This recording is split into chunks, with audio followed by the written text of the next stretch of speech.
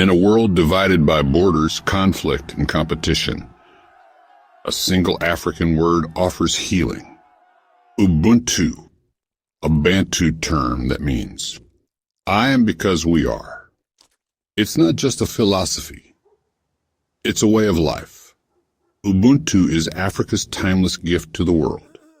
And right now, the world needs it more than ever. Ubuntu comes from Southern Africa, from the Nguni Bantu languages, and it defines what it means to be truly human.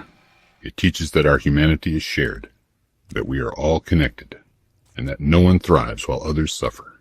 It's why in African villages, if one child is hungry, the whole village feeds them.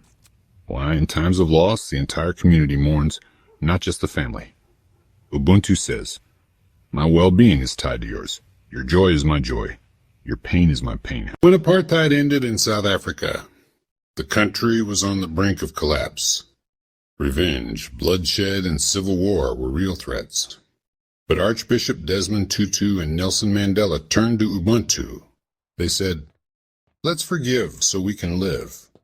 The Truth and Reconciliation Commission wasn't perfect, but it was powered by Ubuntu, the belief that human dignity matters more than punishment.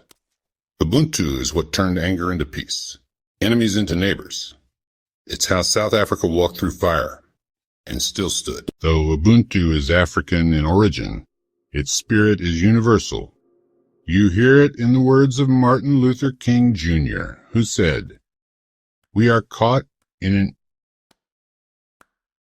inescapable network of mutuality. You see it in First Nations communities, in the teachings of Eastern philosophy, and even in modern science, which tells us that humans are wired for empathy and cooperation. Ubuntu isn't just African. Ubuntu is human. In today's world, individualism reigns. We're taught to look out for number one, hustle alone, get ahead, even if others fall behind. But this thinking has brought division, mental health crises, and even war. We're lonelier, angrier, more disconnected than ever. What if we listened to Ubuntu? What if nations prioritize cooperation over domination? What if companies treated workers like family, not machines?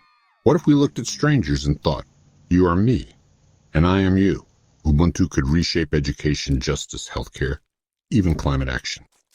Because Ubuntu reminds us we rise together, or not at all. Today, Ubuntu lives on in classrooms, refugee camps, community kitchens, protests for justice.